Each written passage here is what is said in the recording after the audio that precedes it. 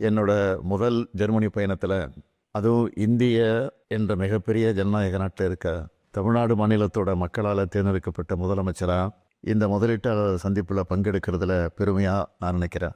பெரும் மகிழ்ச்சியோடு உங்கள் முன்னால் நான் நின்று கொண்டிருக்கிறேன். உலகின் முன்னணி தொழில் வல்லரசுகளில் ஒன்றாகவும் நவீன உற்பத்தி, துல்லிய பொறியியல், புதுப்பிக்கத்தக்க எரிசக்தி, மோட்டார் வாகன தொழில்நுட்பம் ஆகியவற்றில் வலிமையோட ஐரோப்பாவின் முதுகெலும்பாக இருக்கிற ஜெர்மனிக்கு முதலீடுகளை ஈர்ப்பதற்காக வந்திருக்கக்கூடிய இந்த நேரத்தில் நான் பெருமை அடைகிறேன். தமிழ்நாட்டை பற்றி உங்களுக்கெல்லாம் சொல்லணும்னா, தமிழ்நாடு தான் இந்தியாவிலேயே 2வது பெரிய பொருளாதாரம்.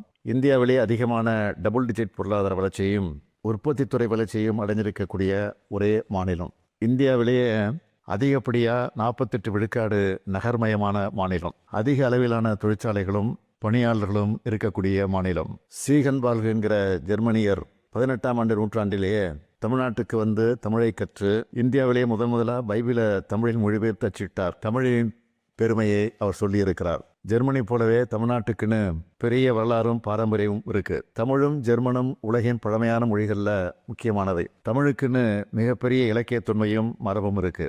5000 ஆண்டுகளுக்கு முன்னாடியே இரும்பின் பயன்பாடு தமிழ் நிலத்தில் இருந்ததற்கான ஆய்வறிக்கைகள் இருக்கு.